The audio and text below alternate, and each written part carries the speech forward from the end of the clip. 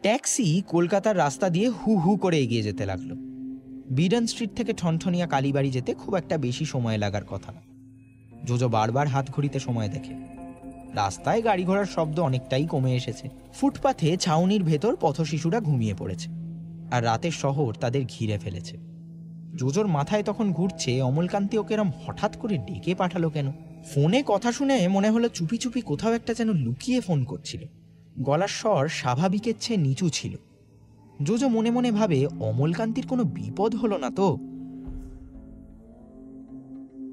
অবশ্য কোনো সমস্যায় পড়লে ফোন করেও প্রথমেই সেটা জানাতো, কিন্তু তা যখন বলেনি তাহলে হয়তো বিপদের কিছু না। ট্যাক্সির জানলা দিয়ে রাতের বাতাস ঢুকে পড়ছে। সকাল থেকে আজ অনেক ধকল গেছে। দুপুরে ঘন্টাখানেক ঘুমিয়েছিল, তবে এখন আবার ঘুম পাচ্ছে। জোজোর চোখ ঘুমে ঢুলে পড়ছে। আর ঠিক তখনই ট্যাক্সি ঠনঠনিয়া কালীবাড়ির সামনে এসে দাঁড়ায়। চলে এসেছে বাবু। ট্যাক্সি ড্রাইভার গাড়িটা রাস্তার একপাশে দাঁড় করায়। জোজো চোখ কচলে একবার বাইরেটা দেখে নেয়।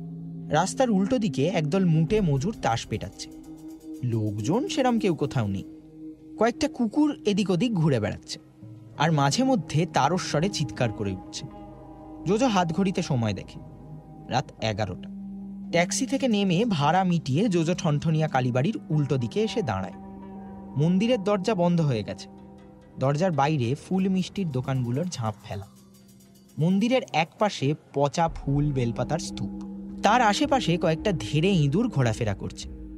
জনশ্রুতি অনুসারে 1703 খ্রিস্টাব্দে উদয়নারায়ণ ব্রহ্মচারী নামে এক জনৈক তান্ত্রিক মাটি দিয়ে সিদ্ধেশ্বরী কালীমূর্তি গড়েন। 1806 সালে শঙ্কর ঘোষ নামে এক উচ্চবিত্ত বাড়ির ব্যবসায়ী এই ঠনঠনিয়া কালী মন্দির প্রতিষ্ঠা করেন, আর তখন থেকেই প্রতিদিন এই মন্দিরে পুজো হয়ে আসছে। কলকাতা শহরের পরিচিততম মন্দিরগুলির মধ্যে একটা হচ্ছে এই কালীবাড়িটি। তবে জোজোর ভাবনার বিষয় হচ্ছে, অমলকান্তি কোথায়? ও এখানে আসতে বলেছে জোজোকে, কিন্তু ও নিজে কোথায়?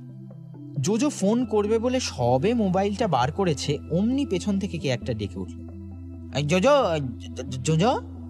জোজো আঁতকে ওঠে। ঘাড় ফিরিয়ে দেখে অমলকান্তি দাঁড়িয়ে রয়েছে। অমলকান্তি, তুই কোথায় ছিলি? জোজো উদ্বিগ্ন হয়ে প্রশ্ন করে।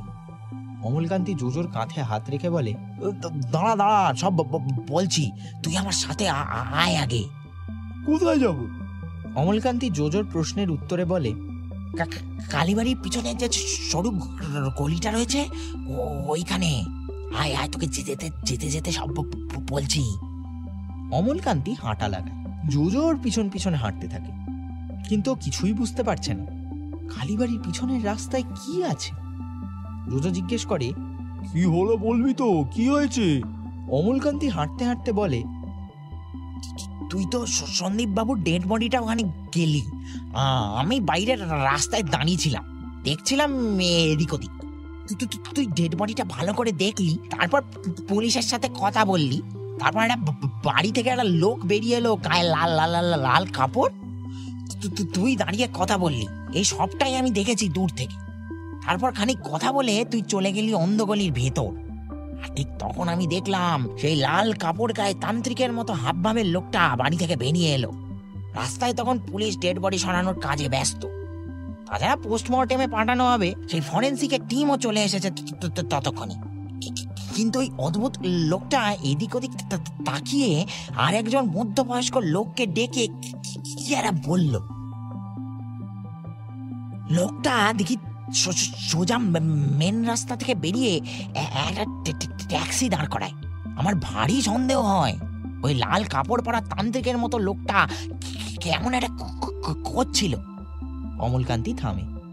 জোজো বুঝতে পারছে ও কার কথা বলছে, অঘোর শাস্ত্রী। জোজো বলল, তারপর?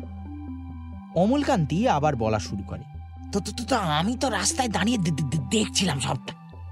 ওই লোকটার বাড়ির সামনেই তো সন্দীপ বাবুকে খুন করা হয়েছে। তাছাড়া ওই লোকটার হাব ভাব মোটেই সুবিধার ঠেক ছিল না, আর চাহনি দেখে তো কিরম ভয় পেয়ে যাচ্ছিলাম। সে দেখি লোকটা মেন রাস্তায় এসে ট্যাক্সি ধরে উঠে পড়ে। আমার তখন কেন জানি না মনে হলো আমিও সঙ্গে সঙ্গে একটা ট্যাক্সি দাঁড় করিয়ে উঠে পড়ি আর লোকটাকে ফলো করি। মানে সত্যি হয়তো কোনো কারণ ছিল না ফলো করার, কিন্তু সিক্স সেন্স বলছিল দেয়ার ওয়াজ সামথিং রং। সেই লোকটাকে ফলো করতে করতে এখানে এসে পড়ি, ঠনঠনিয়া কালীবাড়ি। সেই লাল কাপড় পরা তান্ত্রিক ট্যাক্সি থেকে নেমে হন করে এই সরু গলিটার মধ্যে ঢুকে যায়। আমি তখন ওকে অনুসরণ করে এখানে এসে পড়ি। চারিদিক নির্ঝুম, রাস্তায় হলুদ আলোগুলো টিম টিম করে জ্বলছে, আশেপাশে কেউ কোথাও নেই, এমনকি ওই লোকটাও যেন হারিয়ে গেল। আমি কিছুই জানি না, এমন ভঙ্গিতে পুরো রাস্তাটা একবার টহল দিয়ে এলাম। তারপর দেখি এরা বাড়ির সামনে 2-3 জন লোক বাইক নিয়ে এলো। অন্ধকারে স্পষ্ট দেখা গেল না ওদের মুখ। এর কিছুক্ষণ পরেই সেই তান্ত্রিক লোকটা বেরিয়ে আসে একটা বাড়ির ভেতর থেকে। বাইকে আসার লোকগুলো কাছে গিয়ে হাত নেড়ে কি যেন এটা বোঝায়। তারপর বাইক আরোহীরা বেরিয়ে যায়। আমি সবটাই লুকিয়ে লুকিয়ে দেখেছি। উত্তর কলকাতার এই সরু অন্ধকার গলিগুলো যে গা ঢাকা দিয়ে লুকিয়ে থাকার সেরা জায়গা, সে তো আর বলে দিতে হয় না। আমাকে ওরা কেউ দেখতে পেল না।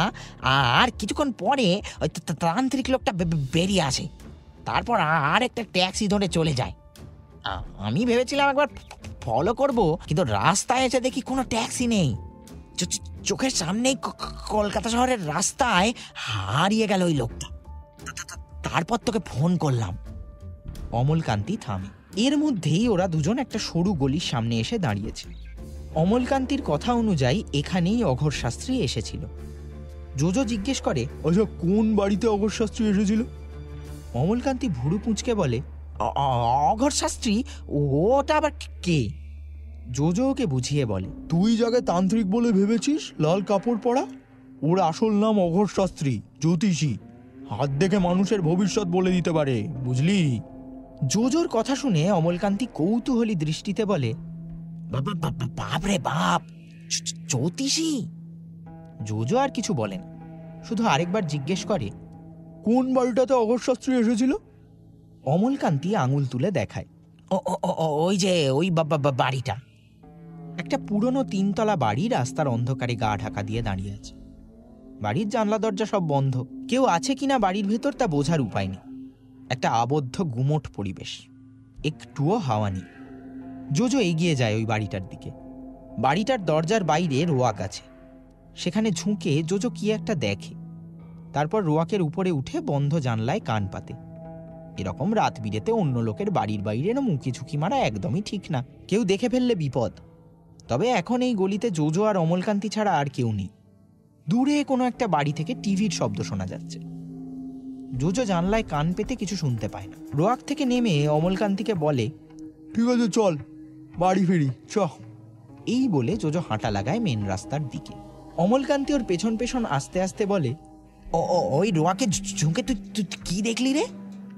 জোজো পকেট থেকে একটা কাগজের টুকরো বার করে অমলকান্তিকে দেয়। এইটা পেলাম ওই রোয়াক থেকে। অমলকান্তি কাগজটা হাতে নেয়। কলকাতা শহরের ঘোলাটে হয়ে যাওয়া হলদে আলোতে স্পষ্ট দেখা যায় না। অমলকান্তি কাগজটা চোখের কাছে এনে দেখে, রেসকোর্সের মাঠের এন্ট্রি টিকিট পাস।